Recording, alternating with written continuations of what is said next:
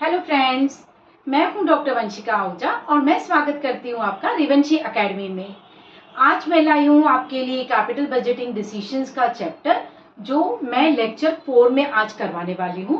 यहाँ पे मैंने लेक्चर 1, लेक्चर 2 एंड लेक्चर 3 लिया था, जहाँ पे मैंने प्रैक्टिकल प्रॉब्लम्स करवा लिए हैं आपके।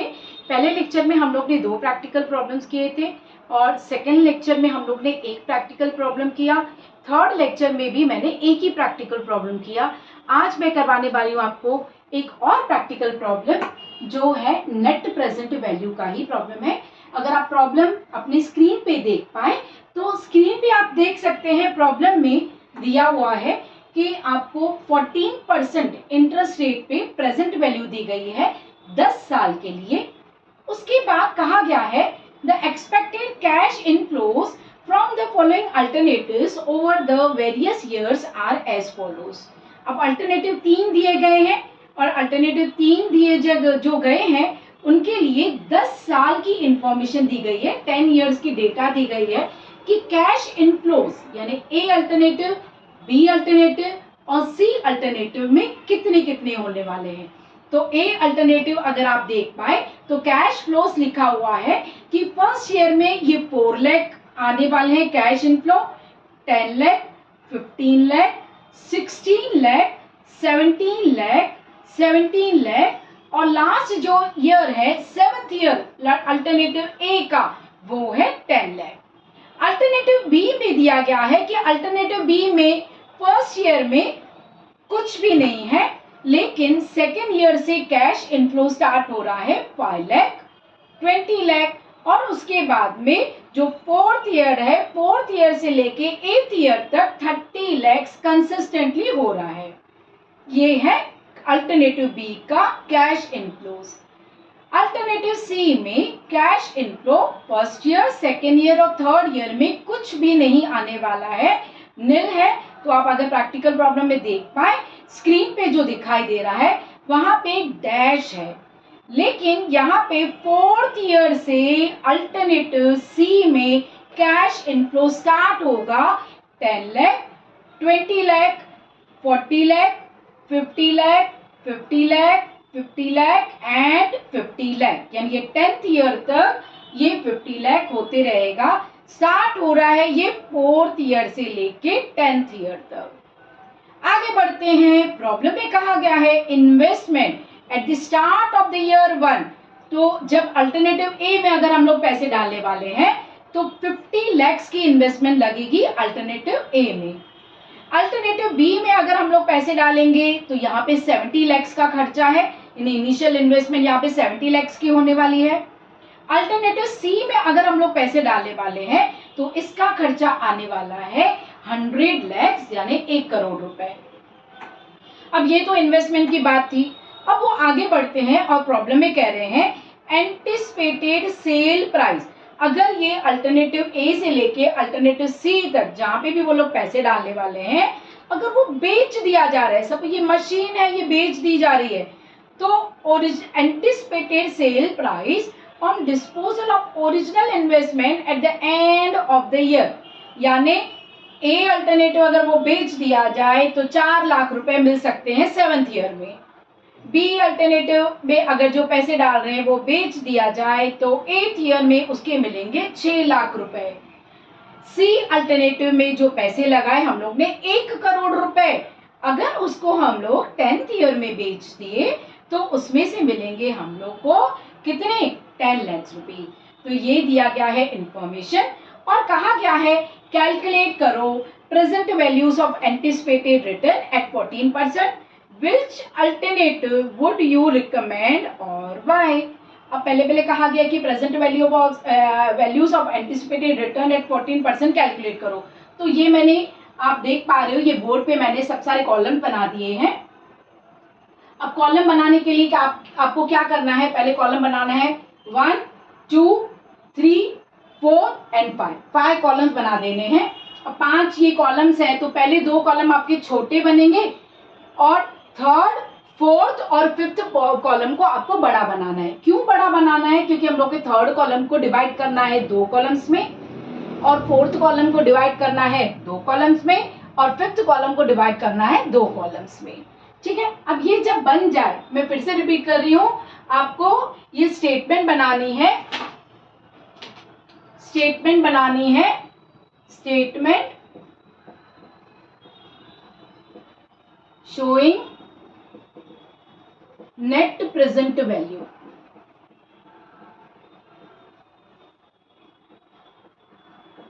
ठीक है, ये स्टेटमेंट बनानी है आपको, जहां पे आपको 5 कॉलम्स बनाने हैं। फर्स्ट और सेकंड कॉलम छोटे बनेंगे, थर्ड, फोर्थ और फिफ्थ बड़े बनेंगे, क्योंकि थर्ड से लेके फिफ्थ कॉलम को फिर से डिवाइड करना है और 2 कॉलम बनाने हैं। अब जब हम लोग ने पहला कॉलम बना दिया तो उसको लिखना है ईयर, सेकेंड कॉलम को लिखना है present value factor at the rate of 14%, third column को लिखना है अल्टरनेटिव ए, फोर्थ कॉलम को लिखना है अल्टरनेटिव बी और फिफ्थ कॉलम को लिखना है अल्टरनेटिव सी। अब ये जब कॉलम बन जाए, अल्टरनेटिव ए को डिवाइड करना है 2 कॉलम में और पहला कॉलम में लिखना है कैश इनफ्लो, दूसरे कॉलम में लिखना है present value of cash inflow. Alternative B को भी जब डिवाइड करेंगे 2 कॉलम में, तो पहला कॉलम आएगा कैश इनफ्लो और दूसरा कॉलम आएगा present value of cash inflow. Alternative C में भी सेम कैश इनफ्लो और present value of cash inflow.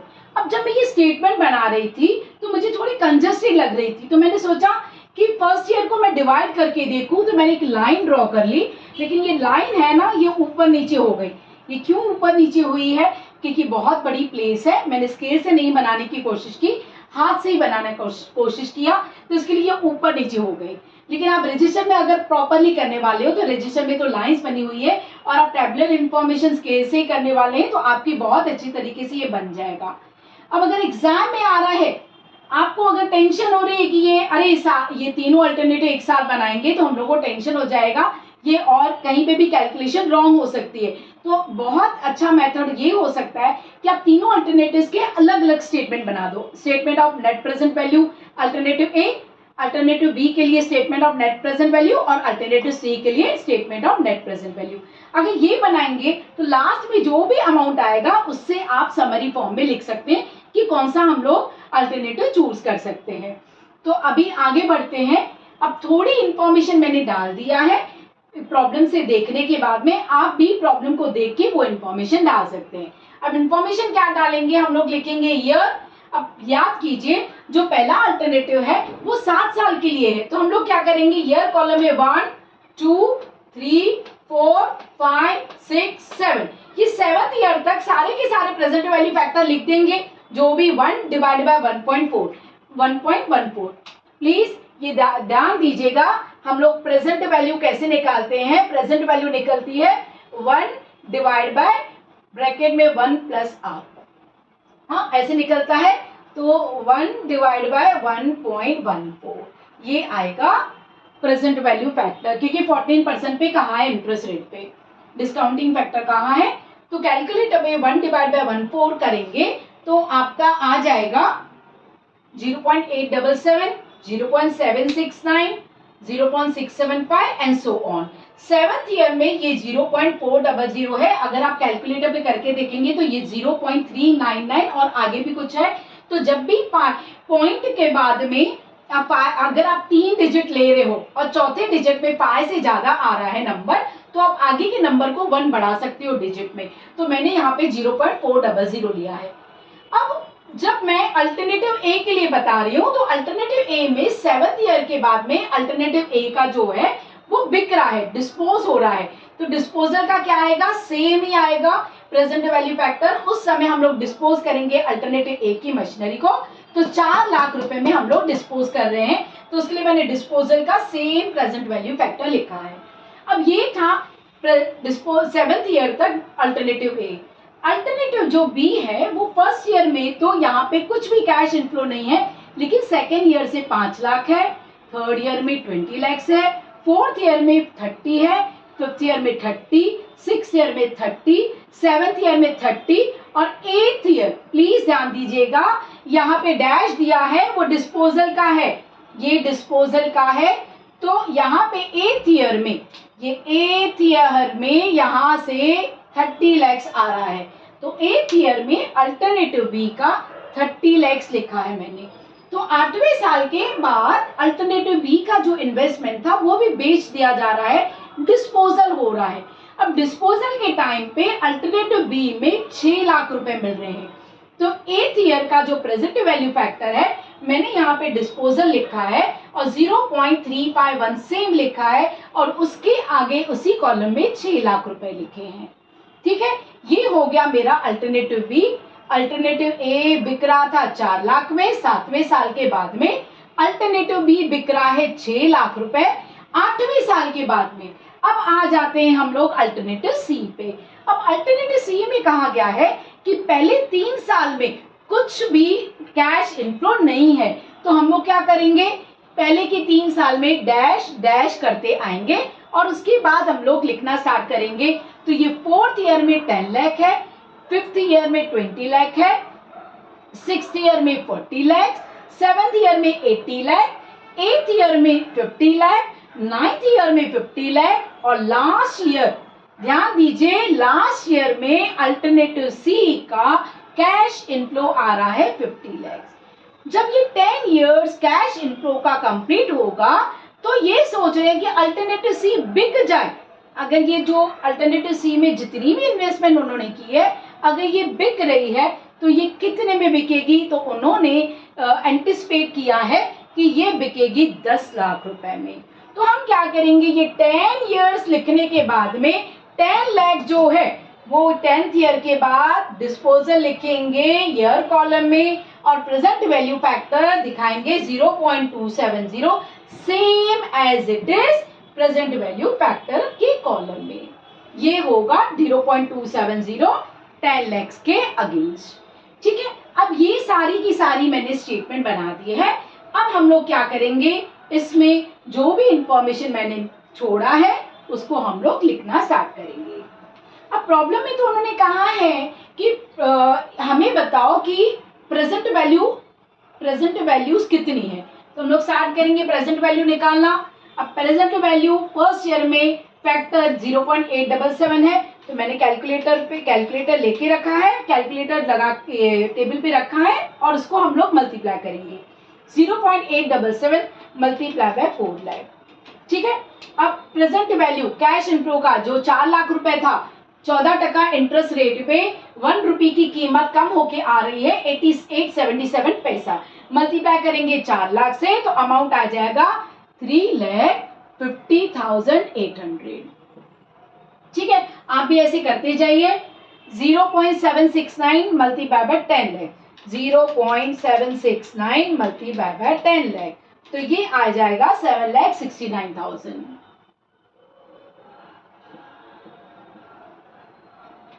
15 lakh को मल्टीप्लाई करना है 0.675 से, तो ये आ जाएगा 10,12,500।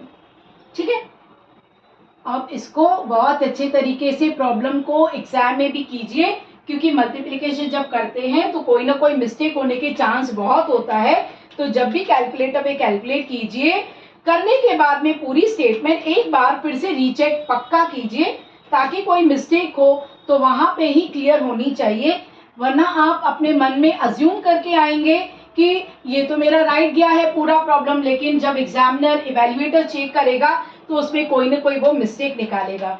तो इसके लिए जब भी आप प्रॉब्लम कीजिए तो प्लीज स्टेटमेंट बनाने के बाद में फिर से कैलकुलेशंस देखिए कि इसमें कोई मिस्टेक ना हो। तो ये निकला हमारा 8,82,300। अब आगे बढ़ते हैं। अब हम आ गए हैं 6th ईयर पे, जो अल्टरनेटिव ए का है। 0.456 मल्टीप्लाई बाय 17 लाख, ये आ गया हमारा 7,75,200। ठीक है, अब हम आगे बढ़ते हैं। 0.400 मल्टीप्लाई बाय 10 लाख, ये आ गया हमारा 4 लाख रुपए। ठीक है, मैंने कैलकुलेटर पे एक जीरो नहीं डाला तो मेरा 40,000 निकला, लेकिन ये हमारा 10 लाख रुपए था तो इसके लिए 4 लाख आया। अब हम करेंगे 4 लाख रुपए का, और ये 4 लाख का आ गया 1,60,000। ठीक है, ये हमारा इतना अल्टरनेटिव ए का हो गया। अब हम आ जाएंगे अल्टरनेटिव बी पे। अल्टरनेटिव बी में है फिर से वही 0.877 मल्टीप्लाई बाय, नहीं, फर्स्ट ईयर में नील, सो सॉरी, ये फर्स्ट ईयर में नील आएगा। ओके,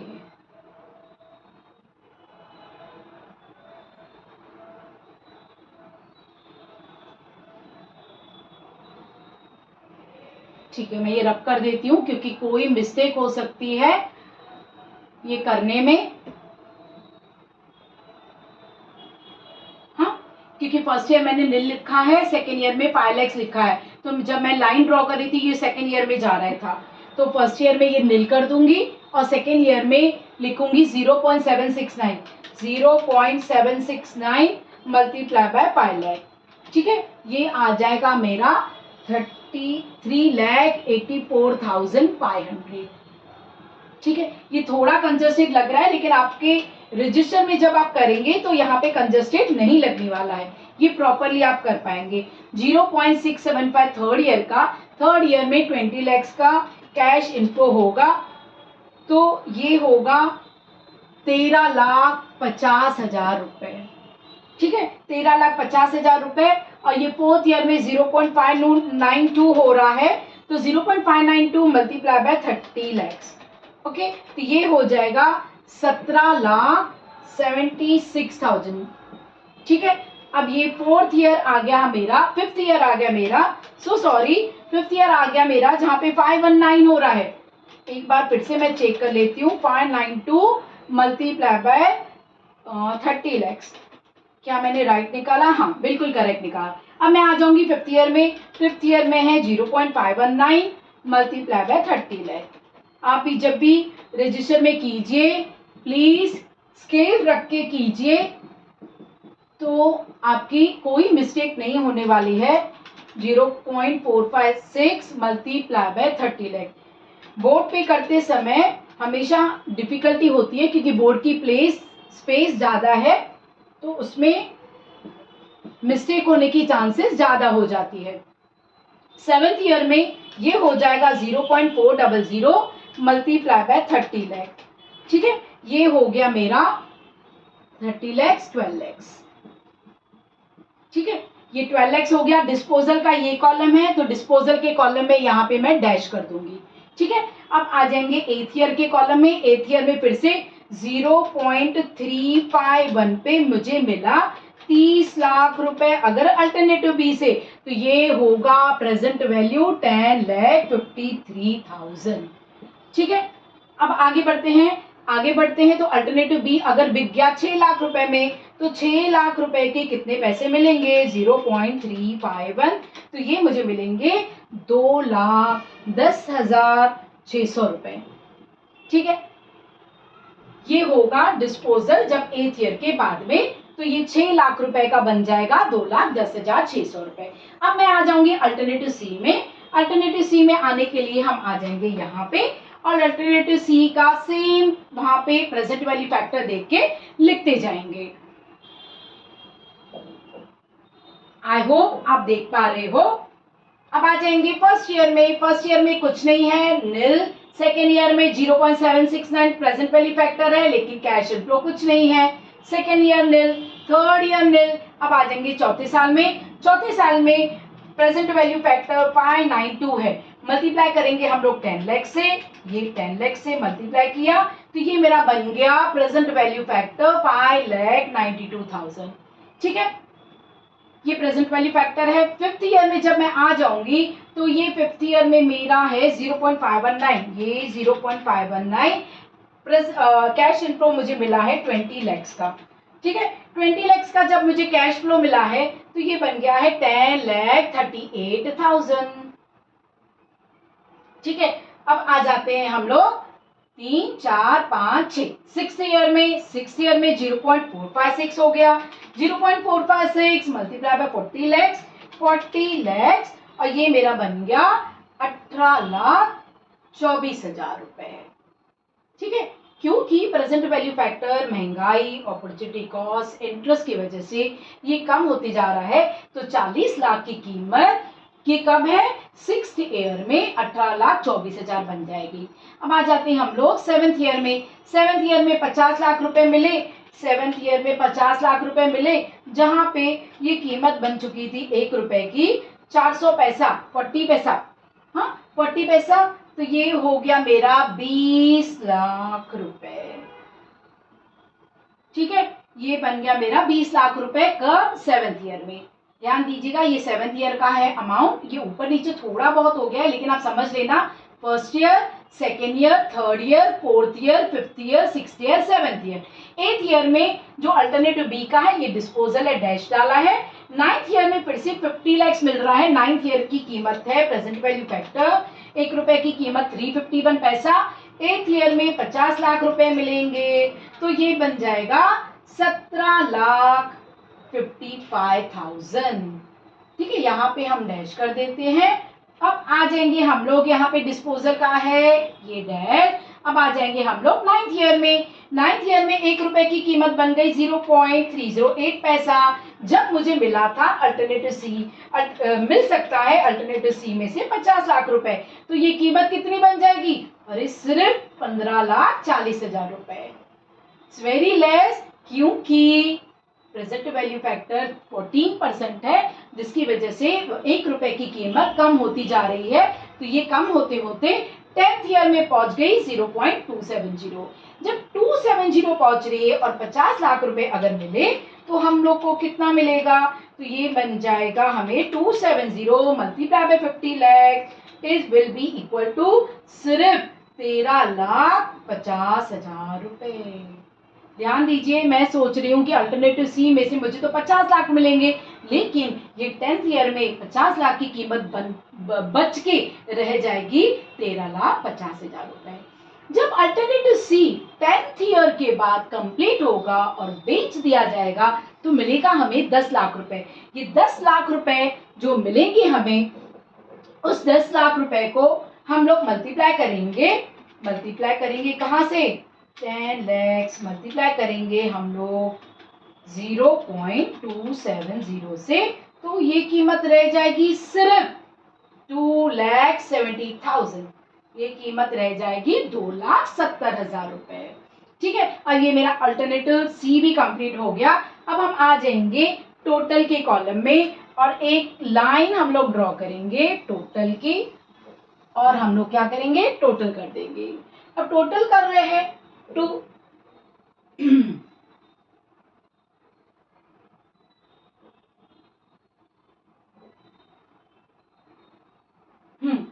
टोटल जब हम कर रहे हैं तो present value of cash inflow total कर लेते हैं।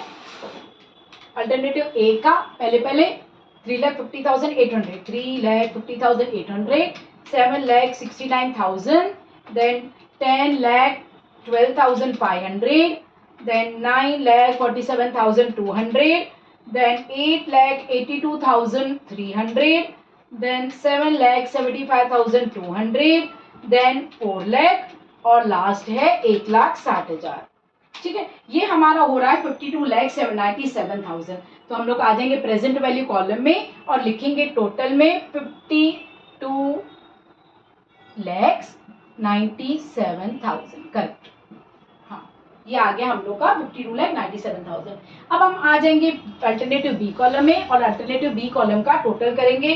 पहला है 3,84,500, दूसरा है 13,50,000 रुपए, तीसरा है 17,76,000, नेक्स्ट है 15,57,000, नेक्स्ट है 13,68,000 और नेक्स्ट है 12 लाख, हाँ 12 लाख और नेक्स्ट है 10,53,000 और नेक्स्ट है 2,10,600। ये हो गया हमारा 88,99,100, 88,99,100। ये मेरा अल्टरनेटिव बी का present value of cash inflow है। अब हम आ जाएंगे अल्टरनेटिव सी में। अल्टरनेटिव सी में टोटल करेंगे तो हमारा आ जाएगा 5,92,000 plus 10,38,000 plus 18,24,000 plus 20 lakh plus 17,55,000 plus 15,40,000 plus 13,50,000 and last one is 2,70,000। ये मेरा बन गया 1,03,69,000। ये मेरा है 1,03,69,000। 1,03,69,000 ये है मेरा अल्टरनेटिव सी का टोटल अमाउंट। अब आ जाएंगे लेस करेंगे कैश आउटफ्लो। तो कैश आउटफ्लो के हम लोग क्या करेंगे, हम देखेंगे अपने प्रॉब्लम में कि अल्टरनेटिव ए में इन्वेस्टमेंट कितनी थी, अल्टरनेटिव बी में कितनी थी और अल्टरनेटिव सी में कितनी थी। तो अल्टरनेटिव ए में थी 50 लाख, अल्टरनेटिव बी में थी 70 लाख और अल्टरनेटिव सी में थी 1 करोड़ यानी 100 लाख। हम लिख देंगे लेस कैश आउटफ्लो 50 लाख, यहाँ पे 70 लाख और यहाँ पे अल्टरनेटिव सी में 1 करोड़ रुपए। ठीक है, अब ये हमारा हो गया कैश आउटफ्लो। अब हम इसको रिड्यूस करेंगे present value of cash inflow से, तो हमारा मिल जाएगा net present value. Net present value मिलेगा 2,97,000। हाँ, और ये मिलेगा 18,99,100। करेक्ट है। और तीसरा मिलेगा मुझे 1,03,69,000, तो ये मिलेगा 3,69,000। तो चलो देख लो बाजी किसने मारी, तो बाजी मारी, ये मारी बाजी अल्टरनेटिव बी ने। ठीक है, ये है प्रॉब्लम। और हम अब क्या करेंगे, एक समरी फॉर्म में लिख देंगे। समरी फॉर्म में क्या लिखना है कि भाई कौन सा अल्टरनेटिव बेटर है, तो अल्टरनेटिव बी बेटर है because NPV net present value is maximum.